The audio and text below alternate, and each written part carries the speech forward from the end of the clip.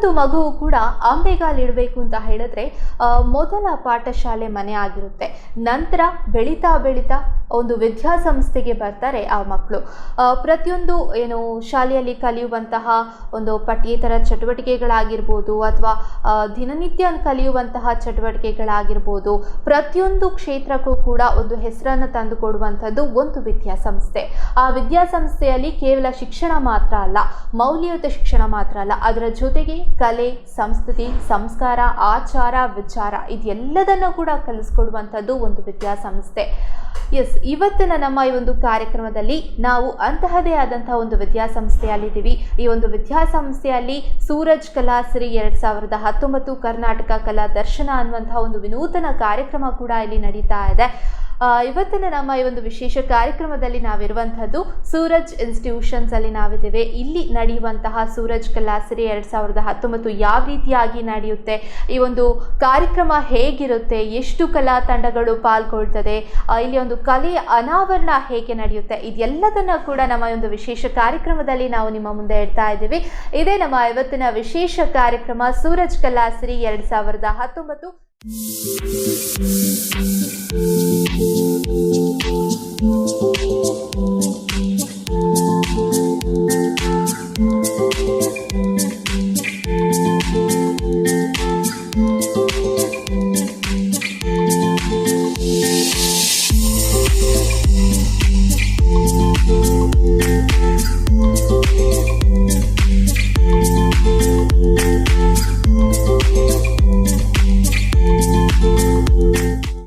ಕಾರ್ಯಕ್ರಮದಲ್ಲಿ ಯಾವ ರೀತಿಯಾದಂತಹ ವ್ಯವಸ್ಥೆಗಳಿದೆ, ಬರುವಂತಹ ಕಲಾ ತಂಡಗಳಿಗೆ ಯಾವ ರೀತಿಯಾದಂತಹ ಒಂದು ವ್ಯವಸ್ಥೆಗಳನ್ನ ಮಾಡಲಾಗ್ತಾ ಇದೆ, ಜೊತೆಗೆ ಎಷ್ಟು ತಂಡಗಳು ಪಾಲ್ಗೊಳ್ತಾ ಇದೆ, ಈ ವರ್ಷದ ಸೂರಜ್ ಕಲಾಸಿರಿ ಪ್ರಶಸ್ತಿ ಯಾರಿಗೆ ಸಲ್ತಾ ಇದೆ, ಇದೆಲ್ಲದನ್ನ ಕೂಡ ನಿಮ್ಮ ಮುಂದೆ ಬಿಚ್ಚಿಡೋದಕ್ಕೆ ನಮ್ಮ ಜೊತೆ ಇದ್ದಾರೆ ಡಾಕ್ಟರ್ ಮಂಜುನಾಥ್ ಎಸ್ ರೇವಣ್ಕರ್ ಅವರು. ಇವರು ಸೂರಜ್ ಶಿಕ್ಷಣ ಸಂಸ್ಥೆಯ ಅಧ್ಯಕ್ಷರು ಕೂಡ ನಮ್ಮ ಜೊತೆ ಇದ್ದಾರೆ. ಕಾರ್ಯಕ್ರಮಕ್ಕೆ ಆತ್ಮೀಯವಾದಂತಹ ಸ್ವಾಗತ ಸರ್. ಎಸ್, ಈ ಒಂದು ಸೂರಜ್ ಕಲಾಸಿರಿ ಅಂತ ಹೆಸರು ಕೇಳಿದಾಗಲೇ ಏನು ಒಂದು ಕಲಾಸಿರಿ ಅಂತ ಹೇಳಿದ್ರೆ ಒಂದು ಕಲೆಗಳಾಗಿರ್ಬೋದು, ಸಂಸ್ಕೃತಿ ಆಗಿರ್ಬೋದು, ಸಂಸ್ಕೃತಿಯಿಂದ ಬರುವಂತ ಸಂಸ್ಕಾರ ಆಗಿರ್ಬೋದು, ಇದೆಲ್ಲದನ್ನ ಕೂಡ ಬೆಳೆಸ್ತಾ ಇರುವಂತದ್ದು ಈ ಒಂದು ಸೂರಜ್ ಇನ್ಸ್ಟಿಟ್ಯೂಷನ್ಸ್ ಅಂತಾನೆ ಹೇಳ್ಬೋದು. ಮೊದಲನೇದಾಗಿ ಈ ಒಂದು ಸೂರಜ್ ಇನ್ಸ್ಟಿಟ್ಯೂಷನ್ಸ್ ಬೆಳೆದು ಬಂದ ಹಾದಿ ಹೇಗಿದೆ ಅನ್ನೋದನ್ನ ತಿಳಿಸ್ಕೊಡಿ.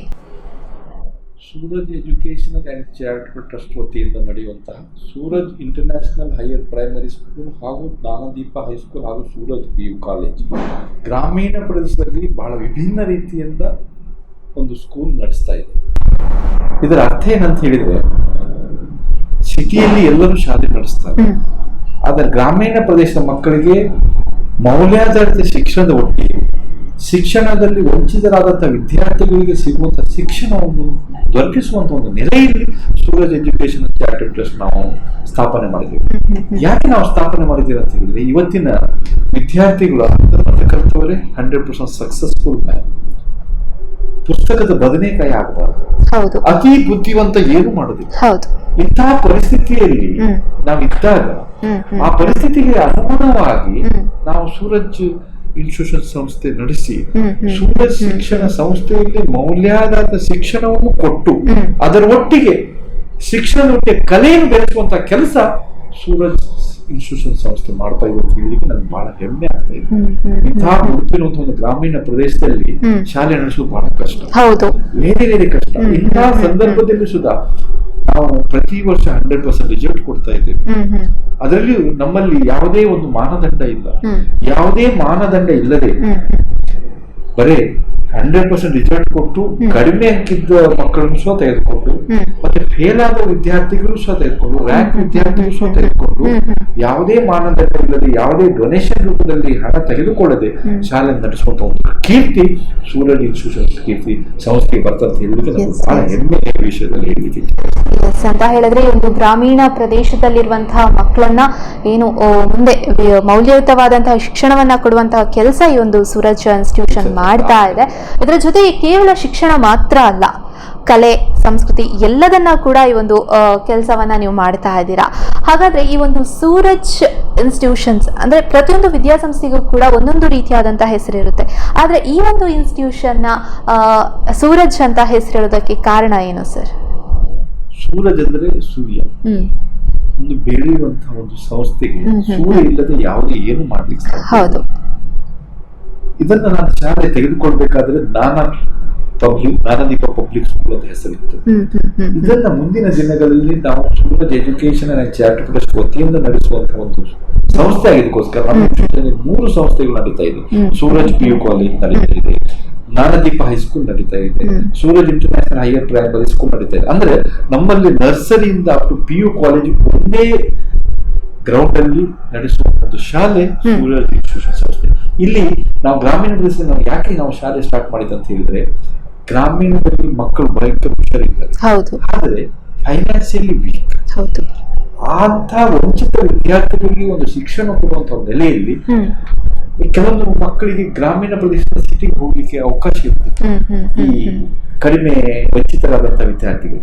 ಇಂತಹ ಪರಿಸ್ಥಿತಿಯಲ್ಲಿ ಗ್ರಾಮೀಣ ಪ್ರದೇಶದಲ್ಲಿ ಎಲ್ಲಾ ಮೂಲ ಸೌಕರ್ಯಗಳನ್ನು ಬೆಳೆಸಿಕೊಂಡು ಪ್ರಯೋಗಶಾಲೆ, ಲೈಬ್ರರಿ ಮತ್ತೆ ಎಲ್ಲ ಕಲ್ಚರಲ್ ಆಕ್ಟಿವಿಟೀಸ್ ಅದರ ಒಟ್ಟಿಗೆ ಸೂರಜ್ ಕಲಾಸಿರಿ ಸುಧಾ ನಾವು ಬೆಳೆಸ್ತಾ ಇದ್ದೀವಿ. ಸೂರಜ್ ಕಲಾಸಿರಿ ಒಂದು ವಿಶೇಷತೆ ಏನಂತ ಹೇಳಿದ್ರೆ, ಸೂರಜ್ ಕಲಾಸಿರಿ 2019 ಸೂರಜ್ ಕರ್ನಾಟಕ ಕಲಾ ದರ್ಶನ ಒಂದು ನೆಲೆಯಲ್ಲಿ ನಾವು ಮಾಡ್ತಾ ಇದ್ದೀವಿ. ಇದರ ವಿಶೇಷತೆ ಏನಂತ ಹೇಳಿದ್ರೆ, ನಾವು ಇದು 3ನೇ ವರ್ಷಕ್ಕೆ ಪಾದಾರ್ಪಣೆ ಮಾಡ್ತಾ ಇದ್ದೇವೆ. ಗ್ರಾಮೀಣ ಪ್ರದೇಶದ ಮಕ್ಕಳಿಗೆ ಶಿಕ್ಷಣದ ಒಟ್ಟಿಗೆ ಕಲೆಯನ್ನು ಒಂದು ಬೆಳೆಸುವಂತ ಒಂದು ಶಕ್ತಿ ಸೂರಜ್ ಕಲಾಸಿರಿ ಶಕ್ತಿ.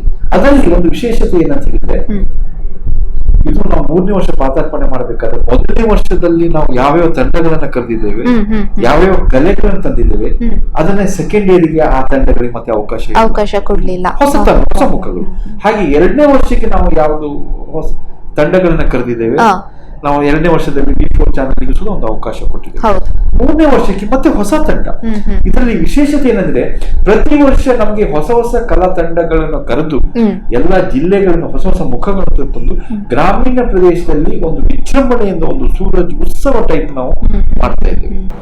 ನೋಡುವಂತ ಭಾಗ್ಯ ಎಲ್ಲಿ ಹೋದರೂ ಕೆಲವೊಂದು ಭಾಗ್ಯ ಸಿಗುದಿಲ್ಲ. ಅಂತ ಭಾಗ್ಯ ಉಡುಪಿರುವಂತಹ ಅವರ ಮನೆ ಹತ್ತಿರದಲ್ಲಿ ಒಂದು ಭಾಗ್ಯ ಸಿಗ್ತಾ ಇದೆ ಅಂತ ಹೇಳಿದ್ರೆ ಅದು ಸೂರಜ್ ಕಲಾಸಿರಿ ಒಂದು ಹೆಮ್ಮೆಯ ಗರಿ ಅಂತ ಅಂತ ಹೇಳಿದ್ರೆ, ಒಂದು ಗ್ರಾಮೀಣ ಪ್ರದೇಶದಲ್ಲಿ ಇದ್ಕೊಂಡು ಸಾಕಷ್ಟು ವಿದ್ಯಾರ್ಥಿಗಳಿಗೆ ಒಂದು ಮೌಲ್ಯಯುತವಾದ ಶಿಕ್ಷಣವನ್ನ ಕೊಡೋದ್ರ ಜೊತೆಗೆ ಈ ಒಂದು ಕಲೆ ಆಗಿರ್ಬೋದು, ಇಲ್ಲಿರುವಂತಹ ಸಂಸ್ಕೃತಿಯನ್ನ ಬೆಳೆಸುವಂತಹ ಕೆಲಸ ಈ ಒಂದು ಸೂರಜ್ ಇನ್ಸ್ಟಿಟ್ಯೂಷನ್ಸ್ ಮಾಡ್ತಾ ಇದೆ. ಒಟ್ನಲ್ಲಿ ಈ ಒಂದು ಸೂರಜ್ ಇನ್ಸ್ಟಿಟ್ಯೂಷನ್ ನಲ್ಲಿ ಒಟ್ಟು ವಿದ್ಯಾರ್ಥಿಗಳ ಸಂಖ್ಯೆ ಎಷ್ಟಿದೆ ಸರ್? ಈಗ ನಮ್ಮಲ್ಲಿ ವಿದ್ಯಾರ್ಥಿಗಳ ಸಂಖ್ಯೆ 680 ಇದೆ. ಆಕ್ಚುಲಿ ನಮ್ಮಲ್ಲಿ ವಿದ್ಯಾರ್ಥಿಗಳ ಸಂಖ್ಯೆ ನೀವು ಪ್ರಾರಂಭ ಮಾಡಿದಂತ ಸಮಯದಲ್ಲಿ ಎಷ್ಟಿತ್ತು? 40 ಮಕ್ಕಳಿದ್ರು. ಸಣ್ಣ ಒಂದು ಗುಡಿಸಲು ಟೈಪ್ ಸಂಸ್ಥೆ ಇತ್ತು. ಅದನ್ನು ನಾವು ಸಿಟಿಯಲ್ಲಿ ಇರುವಂತಹ ಒಂದು ಸಂಸ್ಥೆ ಯಾವ ರೀತಿಯಾಗಿ ಇದೆ ಅದೇ ರೀತಿ ಸಂಸ್ಥೆಯನ್ನ ಗ್ರಾಮೀಣ ಪ್ರದೇಶದಲ್ಲಿ ನಾವು ಬೆಳೆಸ್ತಾ ಇದ್ದೇವೆ. ಮುಂದಿನ ದಿನಗಳಲ್ಲಿ ಗ್ರಾಮೀಣದಿಂದ ಸಿಟಿಗೆ ಹೋಗುವಂತ ಮಕ್ಕಳನ್ನ ಸುಧಾ ನಾವು ಕ್ಯಾಪ್ಚರ್ ಮಾಡಿಕೊಂಡು ಈ ಸಂಸ್ಥೆಗೆ ಬರುವಂತ ಕೆಲಸ ಮಾಡ್ತಾ ಇದ್ದೇವೆ. ಯಾಕಂದ್ರೆ ಈ ಸಲ ಏನಾಗಿದೆ ಅಂದ್ರೆ, ಎಲ್ಲ ಬೇರೆ ಬೇರೆ ಸಮೀಪದಲ್ಲಿ ಕೆಲವೊಂದು ಶಾಲೆಗಳಾದ ಕಾರಣ ನಮಗೆ ಸ್ವಲ್ಪ ಅಡ್ಮಿಷನ್ ಕಮ್ಮಿ ಆಗಿ ಈ ವರ್ಷ ನಮ್ಮ ಕಲಾಸಿರಿಯಿಂದ ನಮ್ಗೆ ಅಡ್ಮಿಷನ್ ಸಿಗುವಂತ ಸಾಧ್ಯತೆಗಳಿದೆ. ಯಾಕಂದ್ರೆ ಹಳ್ಳಿಯಲ್ಲಿ ಒಂದು ಹಬ್ಬ ಆಗೋದು ಬಹಳ ಕಷ್ಟ. ಇಂಥ ಪರಿಸ್ಥಿತಿಯಲ್ಲಿ ಎಲ್ಲೆಲ್ಲಿ ಬಂದು last year doctor T Veerendra Heggade ಬಂದು ನಮ್ಮ ಸೂರಜ್ ಕಲಾಸಿರಿಯನ್ನು ಉದ್ಘಾಟನೆ ಮಾಡಿದ್ದಾರೆ. ಅದು ಸಹ ನಮ್ಮ ಒಂದು ಹೆಮ್ಮೆ. ಧರ್ಮಾಧಿಕಾರಿ ವೀರೇಂದ್ರ ಹೆಗ್ಗಡೆ ಬರುವುದು ನಮ್ಮೊಂದು ಆಶ್ಚರ್ಯದ ಸಂಗತಿ. ಅಂತ ಒಂದು ಸಮಯದಲ್ಲಿ ಈ ವರ್ಷ ನಮಗೆ ಉದ್ಘಾಟನೆಗೆ ನಳಿನ್ ಕುಮಾರ್ ಕಟೀಲ್ ಅವರು ಬರ್ತಾ ಇದ್ದಾರೆ, ಹಾಗೆ CM ಯಡಿಯೂರಪ್ಪ ಅವರು ಬರ್ತಾ ಇದ್ದಾರೆ. ಇಂಥ ಒಂದು ಹಳ್ಳಿಗೆ ಎಲ್ಲ ದೊಡ್ಡ ದೊಡ್ಡ ವ್ಯಕ್ತಿಗಳು ಕರೆದುಕೊಂಡು ಬಂದು, ಲಾಸ್ಟ್ ಟೈಮ್ ನಮ್ಮ ಜಸ್ಟಿಸ್ ಸಂತೋಷ್ ಹೆಗಡೆ ಅವರು ಬಂದಿದ್ರು. ಅವರು ಮತ್ತೆ ಈ ವರ್ಷ ಪ್ರತಿಯೊಂದು ಕಲೆಗಳು ಬೇರೆ ಬೇರೆ ಟೈಪ್ ಕಲೆ, ಪ್ರತಿ ವರ್ಷ ನೀವು ನೋಡಿದ್ರೆ ಕಲೆಗಳನ್ನು ಬೇರೆ ಬೇರೆ ತಂಡದಲ್ಲಿ. ಲಾಸ್ಟ್ ಟೈಮ್ ನಾವು V4 ಚಾನಲ್ ಒಂದು ಕಾರ್ಯಕ್ರಮ ಮಾಡಿದಾಗ ಜನಸಾಗರ ಇಲ್ಲಿ. ಯಾಕಂದ್ರೆ V4 ಚಾನಲ್ ಇಷ್ಟು ವರ್ಷ ಅಲ್ಲಿ V4 ಚಾನಲ್ ಅಲ್ಲೇ ಟಿವಿಯಲ್ಲಿ ನೋಡುವಂತ ಒಂದು ಭಾಗ್ಯ ಇತ್ತು. ಆದ್ರೆ ಜನರಿಗೆ ಇಲ್ಲಿ ಪ್ರತ್ಯಕ್ಷವಾಗಿ ನೋಡುವಂತ ಭಾಗ್ಯ ಕಲ್ಪಿಸಿಕೊಟ್ಟಂತ V4 ಚಾನಲ್ಗೂ ನಾನು ತುಂಬಾ ಧನ್ಯವಾದ ಹೇಳಲಿಕ್ಕೆ ಇಚ್ಛೆ ಬಯಸ್ತೇನೆ. ಈ ಒಂದು ಸೂರಜ್ ಕಲಾಸಿರಿ 2019 ಇದರ ಇನ್ನಷ್ಟು ವಿಶೇಷತೆ, ಈ ಒಂದು ಕಲೆಯ ಕುರಿತು ಕರ್ನಾಟಕ ಕಲಾ ದರ್ಶನ ಯಾವ ರೀತಿ ಇರುತ್ತೆ ಇದೆಲ್ಲದನ್ನ ಕೂಡ ತಿಳಿಸ್ತೀವಿ. ಆದ್ರೆ ಅದಕ್ಕಿಂತ ಮುಂಚೆ ಪುಟ್ಟದೊಂದು ವಿರಾಮ.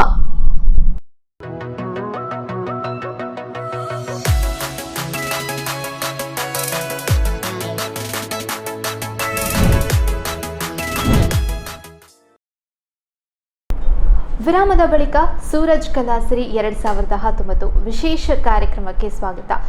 ಈ ಒಂದು ಸೂರಜ್ ಇನ್ಸ್ಟಿಟ್ಯೂಷನ್ಸಲ್ಲಿ ನಡೀತಾ ಇರುವಂತಹ ಸೂರಜ್ ಕಲಾಸಿರಿ ವಿಶೇಷ ಕಾರ್ಯಕ್ರಮ, ಈ ಕಾರ್ಯಕ್ರಮ ಯಾವ ರೀತಿ ನಡೆಯುತ್ತೆ, ಎಷ್ಟು ವರ್ಷಗಳಿಂದ ನಡೀತಾ ಇದೆ, ಜೊತೆಗೆ ಇಲ್ಲಿ ಈ ಒಂದು ಗ್ರಾಮೀಣ ಭಾಗದಲ್ಲಿ ನಡೀತಾ ಇರುವಂತಹ ಕಾರ್ಯಕ್ರಮ, ಈ ಒಂದು ಹಬ್ಬದ ಉತ್ಸವಕ್ಕೆ ಎಷ್ಟು ಜನ ಭಾಗಿ ಆಗ್ತಾ ಇದ್ದಾರೆ, ಇಲ್ಲಿನ ಸೂರಜ್ ಇನ್ಸ್ಟಿಟ್ಯೂಷನ್ಸಲ್ಲಿ ಇನ್ನು ಯಾವ್ಯಾವ ರೀತಿಗಳ ತಯಾರಿ ಹೇಗಿದೆ, ಇದೆಲ್ಲದನ್ನ ಕೂಡ ತಿಳ್ಕೊಳ್ಳೋಣ ಬನ್ನಿ. ಎಸ್ ಸರ್, ಇವಾಗ ನೀವು ಹೇಳಿದ್ರಿ ಸೂರಜ್ ಕಲಾಸಿರಿ ಅನ್ನುವಂಥದ್ದು 2-3 ವರ್ಷಗಳಿಂದ ಇದು 3ನೇ ವರ್ಷ ನಡೀತಾ ಇರುವಂಥದ್ದು ಅಂತ. ಸಾಕಷ್ಟು ಕಲಾ ಸಾಧಕರನ್ನು ನೀವು ಗುರುತಿಸಿ ಅವರನ್ನು ಸನ್ಮಾನಿಸಿ ಅವರಿಗೆ ಪ್ರೋತ್ಸಾಹವನ್ನು ನೀಡ್ತಾ ಇದ್ದೀರಾ.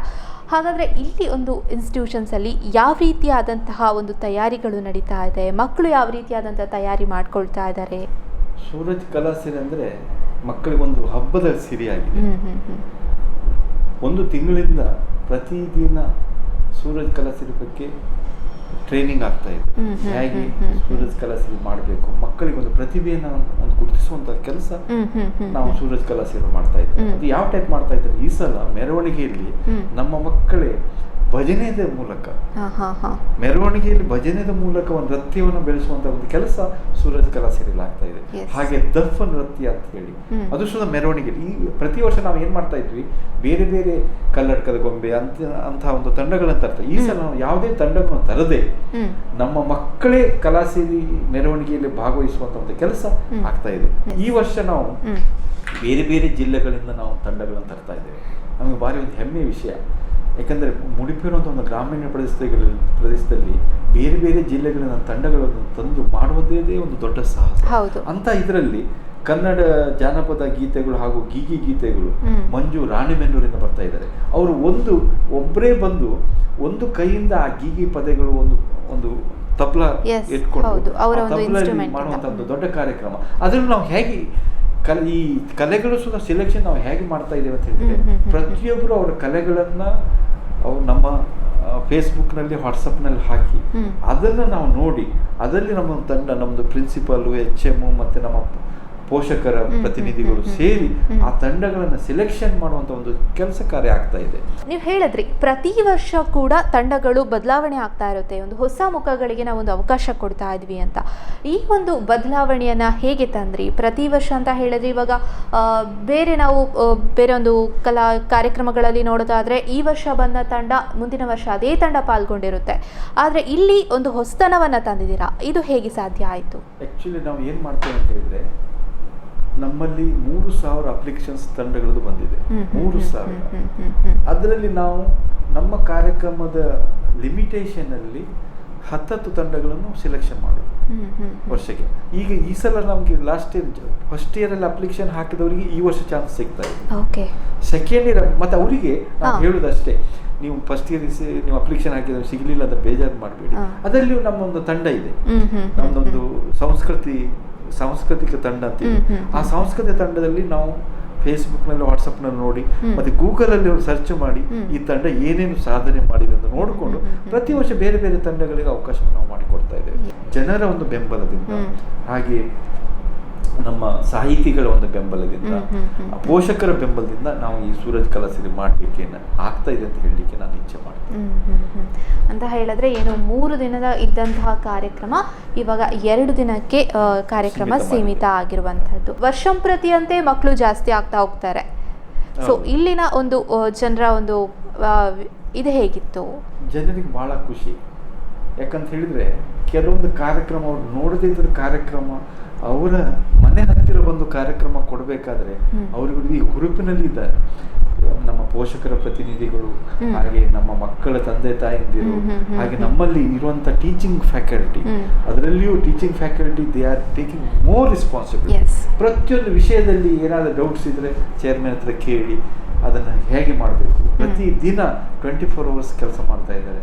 ಇದು ನಮ್ಮ ಸೂರಜ್ ಕಲಾಸಿರಿ ಒಂದು ಹೆಮ್ಮೆ ಅಂತ ಹೇಳಲಿಕ್ಕೆ ಇಚ್ಛೆ ಬಯಸ್ತೇನೆ. ಯಾಕಂದ್ರೆ ಇಲ್ಲಿ ಜನರಿಗೆ ಒಂದು ಗ್ರಾಮೀಣ ಪ್ರದೇಶದಲ್ಲಿ ಏನಾಗ್ತದೆ ಅಂತ ಹೇಳಿದ್ರೆ, ಅವರಿಗೆ ನೋಡ್ಲಿಕ್ಕೆ ಆಸೆ ಇರ್ತದೆ, ಆದರೆ ಎಲ್ಲಿ ಹೋಗಿ ನೋಡಬೇಕು ಅಲ್ಲಿ ಹೋಗ್ಲಿಕ್ಕೆ ಆರ್ಥಿಕ ಪರಿಸ್ಥಿತಿಯಲ್ಲಿ ಆಗದೇ ಇರುವಂಥ ಪರಿಸ್ಥಿತಿಯಲ್ಲಿ ಮುಡಿಪಿನ ಒಂದು ಗ್ರಾಮೀಣ ಪ್ರದೇಶದಲ್ಲಿ ಅವರೇ ಬಂದು ಭಾರತಿ ವಿಷ್ಣುವರ್ಧನ್ ಅವರು ಒಂದು ಮುಡಿಪಿನ ಪ್ರದೇಶದಲ್ಲಿ ಬರಬೇಕಾದ್ರೆ ಎಷ್ಟು ಕರ್ಕೊಂಬರಬೇಕು ಎಷ್ಟು ಕಷ್ಟ ಇದೆ.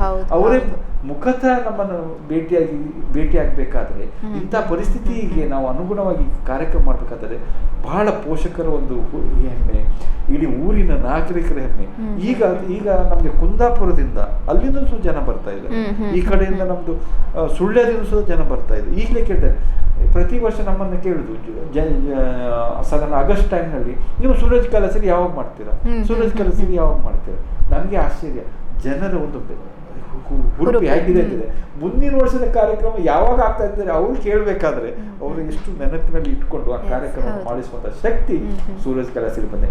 ಮುಂದಿನ ದಿನಗಳಲ್ಲಿ ಇಲ್ಲಿ ಒಂದು ಕರ್ನಾಟಕ ರಾಜ್ಯಾದ್ಯಂತ ಒಂದು ಸೂರಜ್ ಕಲಸರಿ ಪಸರಿಸಲಿ ಅಂತ ಹೇಳಿ.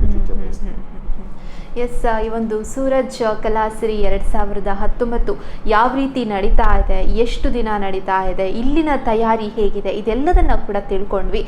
ಇದರ ಕುರಿತು ಇನ್ನು ರಂಗಗಳಲ್ಲಿ ಇನ್ನೂ ಯಾವ್ಯಾವ ರಂಗಗಳಿಗೆ ಪ್ರಶಸ್ತಿಯನ್ನು ಕೂಡ ಕೊಟ್ಟಿದ್ದಾರೆ, ಇನ್ನು ಮುಂದಿನ ಇವರ ಯೋಜನೆಗಳು ಹೇಗಿದೆ, ಇದೆಲ್ಲದನ್ನು ಕೂಡ ತಿಳ್ಕೊಳ್ಳೋಣ. ಆದರೆ ಅದಕ್ಕಿಂತ ಮುಂಚೆ ಪುಟ್ಟದೊಂದು ವಿರಾಮ.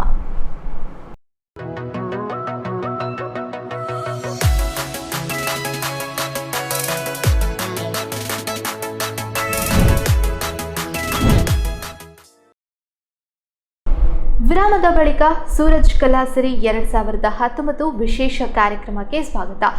ಈ ಒಂದು ಸೂರಜ್ ಕಲಾಸಿರಿ ಸಾಕಷ್ಟು ಕಲಾ ತಂಡಗಳು ಈ ಒಂದು ಸೂರಜ್ ಕಲಾಸಿರಿಯಲ್ಲಿ ಭಾಗವಹಿಸಿ ಸಾಕಷ್ಟು ಮನರಂಜನೆಯನ್ನು ನೀಡುವಂತಹ ಕೆಲಸವನ್ನು ಮಾಡ್ತಾ ಇದೆ. ಇದಕ್ಕೆ ವೇದಿಕೆ ಸಾಕ್ಷಿಯಾಗಿರುವುದು ಅಂತ ಹೇಳಿದ್ರೆ ಸೂರಜ್ ಇನ್ಸ್ಟಿಟ್ಯೂಷನ್ 2 ವರ್ಷಗಳಿಂದ ನಡೆಸ್ಕೊಂಡು ಬರ್ತಾ ಇರುವಂತಹ ಕಾರ್ಯಕ್ರಮ. ಇದು 3ನೇ ವರ್ಷ ನಡೀತಾ ಇರುವಂತಹ ಕಾರ್ಯಕ್ರಮ.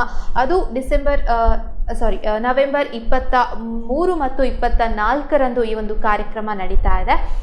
ಸಾಕಷ್ಟು ಕಲಾ ತಂಡಗಳು ಕೂಡ ಇಲ್ಲಿ ಭಾಗವಹಿಸ್ತಾ ಇದೆ. ಹಾಗಾದರೆ ಈ ಒಂದು ಕಲಾ ತಂಡಗಳು ಭಾಗವಹಿಸುವುದಕ್ಕೂ ಮೊದಲು ಇಲ್ಲಿನ ಇನ್ಸ್ಟಿಟ್ಯೂಷನ್ಸ್ ಅವರು ಸಾಕಷ್ಟು ಒಂದು ಅವ್ರಿಗೆ ಬೇಕಾಗಿರೋ ವ್ಯವಸ್ಥೆಗಳು ಎಲ್ಲದನ್ನು ಕೂಡ ಅವ್ರು ಮಾಡ್ಕೋಬೇಕು. ಹಾಗಾದರೆ ಬನ್ನಿ ಅವ್ರ ಜೊತೆ ಕೇಳೋಣ ಯಾವ ರೀತಿಯಾದಂಥ ವ್ಯವಸ್ಥೆಗಳನ್ನ ಮಾಡಿದ್ದಾರೆ, ಅವ್ರಿಗೆ ಯಾವ ರೀತಿಯಾದಂಥ ವ್ಯವಸ್ಥೆಗಳು ಇಲ್ಲಿ ಸಿಗ್ತಾ ಇದೆ, ಇದೆಲ್ಲದನ್ನು ಕೂಡ ಕೇಳ್ಕೊಂಡು ಬರೋಣ ಬನ್ನಿ. ಎಸ್ ಸರ್, ಇವಾಗ ಸೂರಜ್ ಕಲಾಸಿರಿ ಅಂತ ಹೇಳುವಂಥದ್ದು 2 ದಿನ ಬೇರೆ ಬೇರೆ ತಂಡಗಳು ಪಾಲ್ಗೊಳ್ತಾ ಇದೆ, ಬೇರೆ ಬೇರೆ ಊರುಗಳಿಂದ ತಂಡಗಳು ಇಲ್ಲಿಗೆ ಬರ್ತಾ ಇದೆ. ಇದರ ಜೊತೆಗೆ ಸಾಕಷ್ಟು ವಿದ್ಯಾರ್ಥಿಗಳು ಕೂಡ ಈ ಕಲಾಸಿರಿಯಲ್ಲಿ ಪಾಲ್ಗೊಳ್ತಾ ಇದ್ದಾರೆ. ಈ ಒಂದು ಕಲಾಸಿರಿಯಲ್ಲಿ ಪಾಲ್ಗೊಳ್ಳುವಂಥವರಿಗೆ ವ್ಯವಸ್ಥೆಗಳು ಹೇಗಿದೆ, ಯಾವ ರೀತಿ ಇದೆ? ಯಾಕೆಂತ ಹೇಳಿದ್ರೆ ಇಲ್ಲಿ ರಾತ್ರಿ ಕೂಡ ಒಂದು ಕಾರ್ಯಕ್ರಮ ನಡೆಯುವಂಥದ್ದು. ಸೊ ವ್ಯವಸ್ಥೆಗಳು ಹೇಗಿದೆ ಅಂತ?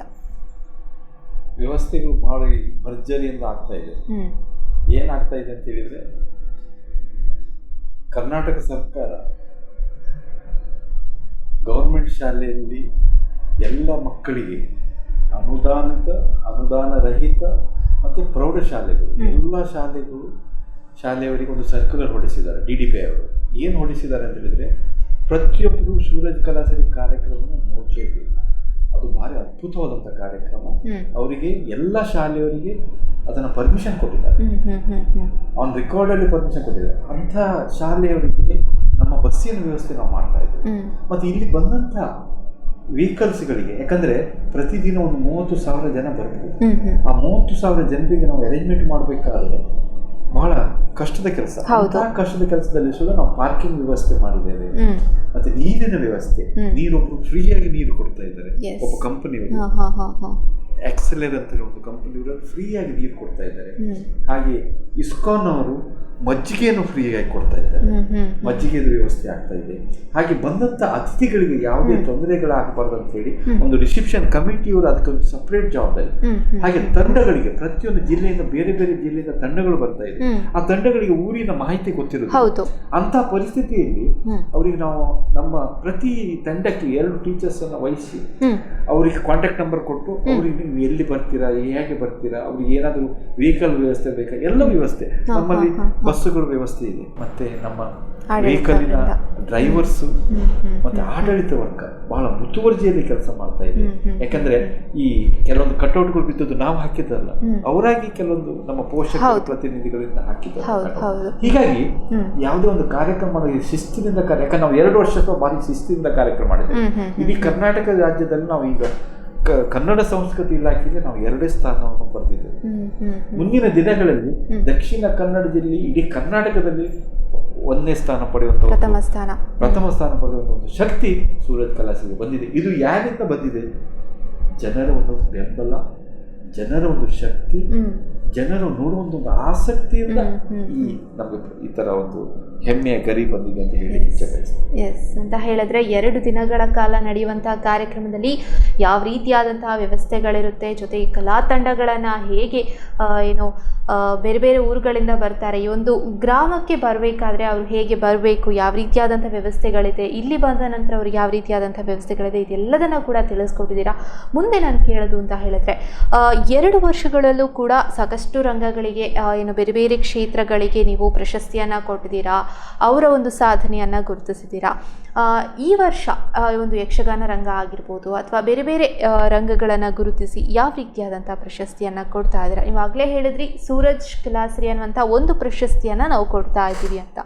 ಇದರ ಜೊತೆಗೆ ಬೇರೆ ಒಂದು ರಂಗದನ್ನು ಗುರುತಿಸಿ ಪ್ರಶಸ್ತಿಯನ್ನು ಕೊಡುವಂಥದ್ದು ಏನಾದರೂ ಆಗ್ತಾ ಇದೆಯಾ, ಹೇಗೆ? ಪ್ರತಿ ವರ್ಷ ನಾವು ಬೇರೆ ಬೇರೆ ಕ್ಷೇತ್ರದಲ್ಲಿ ಬೇರೆ ಬೇರೆ ಕೆಲಸ ಮಾಡಿದ ತಂಡಗಳಿಗೆ ಸೂರಜ್ ಸೇವಾ ಪ್ರಶಸ್ತಿಯನ್ನು ಕೊಡ್ತಾ ಇದ್ದೀವಿ. ಇನ್ನೊಂದು ಅವರು ಬಿಸ್ನೆಸ್ನಲ್ಲಿ ಸಾಧನೆ ಮಾಡಿದವರಿಗೆ ಸೂರಜ್ ಸಾಧನಾ ಪ್ರಶಸ್ತಿ ಕೊಡ್ತಾ ಇದ್ದೀವಿ.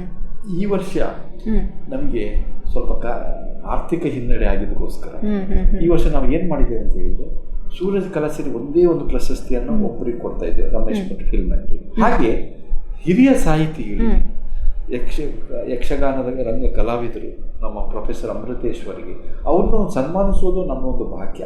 ಈ ಸೂರಜ್ ಕಲಾಶ್ರೀ 2 ದಿವಸ ನೀವು ಸೂರಜ್ ಕಲಾಶ್ರೀ ನೋಡಿ, ಸೂರಜ್ ಕಲಾಶ್ರೀಯನ್ನು ನೋಡಿ ಹೆಮ್ಮೆ ಪಟ್ಟು ಒಂದು ನಿಮ್ಮ ಜನ್ಮ ಸಾರ್ಥಕವನ್ನು ಮಾಡಿಕೊಳ್ಬೇಕಾಗಿ ನಾನು ನಿಮ್ಮಲ್ಲಿ ಕಳಕಳಿಯಾಗಿ ವಿನಮ್ರ ರೀತಿಯಿಂದ ನಾನು ಕೇಳ್ಕೊಳ್ತೇನೆ.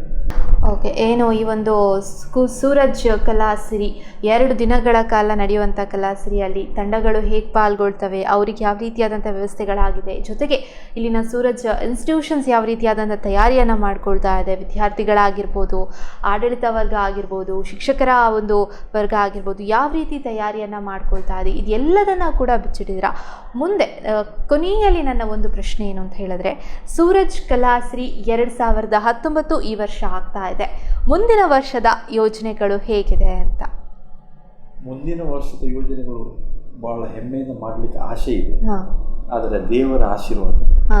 ಯಾಕಂದರೆ ಫ್ಯೂಚರ್ ವಿ ಡೋಂಟ್ ನೋ, ಮುಂದೆ ಏನಾಗ್ತದೆ ನಮ್ಗೆ ಗೊತ್ತಿಲ್ಲ. ಯಾಕಂದರೆ ಈಗಲೇ ಎಲ್ಲ ಕಡೆ ಬರ ಪರಿಸ್ಥಿತಿ ಬಂದು, ಯಾಕೆ ಮಳೆಯಿಂದ ಎಲ್ಲ ಹಾನಿಯಾಗಿ ಎಷ್ಟೋ ಜನರು ಕಾರ್ಯಕ್ರಮವನ್ನು ಕ್ಯಾನ್ಸಲ್ ಮಾಡಿದ್ದಾರೆ. ಆದರೆ ನಾವು ಕಾರ್ಯಕ್ರಮವನ್ನು ಮಾಡೋದು ಜನರ ಒಂದು ಬೆಂಬಲದಿಂದ, ಒಂದು ದೇವರ ಒಂದು ಶಕ್ತಿ. ಕರ್ನಾಟಕ ರಾಜ್ಯ ಮಾತ್ರ ಅಲ್ಲ, ಇಡೀ ಇಂಡಿಯಾದಿಂದ ತಂಡಗಳನ್ನು ತರುವಂಥ ವ್ಯವಸ್ಥೆ ಆಗಲಿ, ಆ ದೇವರು ನಮಗೆ ಕರುಣಿಸಲಿ.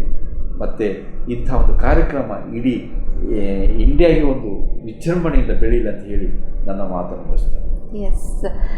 ಎಸ್ ಸರ್, ಏನು ಈ ಒಂದು ಸೂರಜ್ ಕಲಾಶ್ರೀ ಕರ್ನಾಟಕ ಕಲಾ ದರ್ಶನ ಇದೆ 23, 24ನೇ ತಾರೀಕಿಗೆ ಆಗ್ತಾ ಇದೆ.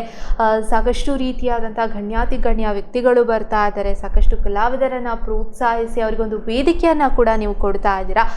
ಇದೇ ರೀತಿ ಕಾರ್ಯಕ್ರಮ ಮುಂದುವರಿಲಿ, ಕಾರ್ಯಕ್ರಮ ತುಂಬ ಚೆನ್ನಾಗಿ ನಡೀಲಿ ಅನ್ನೋದು ಕೂಡ ನಮ್ಮ ಆಶಯ. ಇಷ್ಟು ಹೊತ್ತು ನಮ್ಮ ಈ ಒಂದು ಕಾರ್ಯಕ್ರಮದಲ್ಲಿ ಸೂರಜ್ ಕಲಾಶ್ರೀ 2019 ಹೇಗೆ ನಡೆಯುತ್ತೆ, ಇಲ್ಲಿನ ವ್ಯವಸ್ಥೆಗಳು ಹೇಗಿರುತ್ತೆ, ಜೊತೆಗೆ 2 ವರ್ಷದಿಂದ ಈ ವರ್ಷಕ್ಕೆ ಯಾವ ರೀತಿಯ ಬದಲಾವಣೆ ಆಗಿದೆ, ಮುಂದಿನ ವರ್ಷಕ್ಕೆ ಯೋಜನೆ ಹೇಗಿರುತ್ತೆ, ಇದೆಲ್ಲದನ್ನು ಕೂಡ ನಮ್ಮ ಮುಂದೆ ಸವಿಸ್ತಾರವಾಗಿ ನೀವು ವಿವರವನ್ನು ಬಿಚ್ಚಿದ್ದೀರಾ. ಇಷ್ಟೆಲ್ಲ ಮಾಹಿತಿಯನ್ನು ನೀಡಿದ್ದಕ್ಕಾಗಿ ನಿಮಗೆ ಧನ್ಯವಾದಗಳು ಸರ್. ನಾನು V4 ಚಾನಲ್ಗೆ ನನ್ನ ಪೂರ್ವ ವಂದನೆಯನ್ನು ಹೇಳಲಿಕ್ಕೆ ಬಯಸ್ತೇನೆ. ಎಸ್ ವೀಕ್ಷಕರೇ, ಇದು ನಮ್ಮ ಇವತ್ತಿನ ವಿಶೇಷ ಕಾರ್ಯಕ್ರಮ ಸೂರಜ್ ಕಲಾಶ್ರೀ 2019 ಕರ್ನಾಟಕ ಕಲಾ ದರ್ಶನ. ಇದೇ 23, 24ನೇ ತಾರೀಕಿಗೆ ಆಗ್ತಾ ಇದೆ. ಸಾಕಷ್ಟು ಕಲಾ ತಂಡಗಳು ಕೂಡ ಇಲ್ಲಿ ಪಾಲ್ಗೊಳ್ತಾ ಇದೆ. ಏನು ಕಳೆದ ವರ್ಷ ಆದಂತಹ ಸೂರಜ್ ಕಲಾಶ್ರೀ ಇದ್ದಂತಹ ತಂಡಗಳು ಈ ವರ್ಷ ಪಾಲ್ಗೊಳ್ತಾ ಇಲ್ಲ. ಈ ವರ್ಷ ಬೇರೆ ರೀತಿಯಾದಂತಹ ಒಂದು ಹೊಸ ರೀತಿಯಾದಂತಹ ಕಲಾ ತಂಡಗಳು ಇಲ್ಲಿ ಪಾಲ್ಗೊಳ್ತಾ ಇದೆ. ಜೊತೆಗೆ ಇಲ್ಲಿ ಸಾಕಷ್ಟು ರೀತಿಯಾದಂಥ ವ್ಯವಸ್ಥೆಗಳನ್ನು ಕೂಡ ಮಾಡ್ಕೊಂಡಿದ್ದಾರೆ. ಕಲಾ ತಂಡಗಳಿಗೆ ಯಾವ ರೀತಿಯಾದಂಥ ವ್ಯವಸ್ಥೆಗಳು ಬೇಕು, ಪ್ರತಿಯೊಂದು ವ್ಯವಸ್ಥೆಯನ್ನು ಕೂಡ ಇಲ್ಲಿ ಈ ಒಂದು ಸೂರಜ್ ಇನ್ಸ್ಟಿಟ್ಯೂಷನ್ ಜವಾಬ್ದಾರಿಯುತವಾಗಿ ಮಾಡ್ತಾ ಇದೆ. ನೀವು ಕೂಡ ಈ ಒಂದು ಕಾರ್ಯಕ್ರಮದಲ್ಲಿ ಪಾಲ್ಗೊಂಡು ಬೇರೆ ಬೇರೆ ರೀತಿಯಾದಂತಹ ಒಂದು ಕಾರ್ಯಕ್ರಮಗಳಿರುತ್ತೆ. 2 ದಿನಗಳ ಕಾಲ ನಡೆಯುವಂತಹ ಕಾರ್ಯಕ್ರಮದಲ್ಲಿ ನೀವು ಕೂಡ ಪಾಲ್ಗೊಂಡು ಒಂದು ಮನೋರಂಜನೆ, ಅದರ ಜೊತೆಗೆ ಏನು ಸಂಸ್ಕೃತಿ ಹೇಗಿರುತ್ತೆ, ಯಾವ ರೀತಿ ಮುಂದೆ ಕೂಡ ನಾವು ಬೆಳೆಸಬೇಕು, ಇದೆಲ್ಲದನ್ನು ಕೂಡ ತಿಳ್ಕೊಳ್ಳಿ ಅಂತ ಹೇಳ್ತಾ, ನಾವು ಕೂಡ ಈ ಒಂದು ಸೂರಜ್ ಕಲಾಶ್ರೀ ಇದಕ್ಕೆ ಈ ಒಂದು ಕಾರ್ಯಕ್ರಮಕ್ಕೆ ಬರ್ತಾ ಇದ್ದೀವಿ, ನೀವು ಕೂಡ ಬನ್ನಿ ಅಂತ ಹೇಳ್ತಾ ನಮ್ಮ ಈ ಒಂದು ವಿಶೇಷ ಕಾರ್ಯಕ್ರಮವನ್ನು ಇಲ್ಲಿಗೆ ಮುಕ್ತಾಯಗೊಳಿಸ್ತಾ ಇದ್ದೀನಿ. ನಿರಂತರವಾದ ಸುದ್ದಿ, ಮಾಹಿತಿ, ಮನೋರಂಜನೆಗಾಗಿ ನೋಡ್ತಾ ಇರಿ V4 News 24/7. ಇದು ಮುನ್ನುಡಿ, ಮುನ್ನಡೆಗಾಗಿ.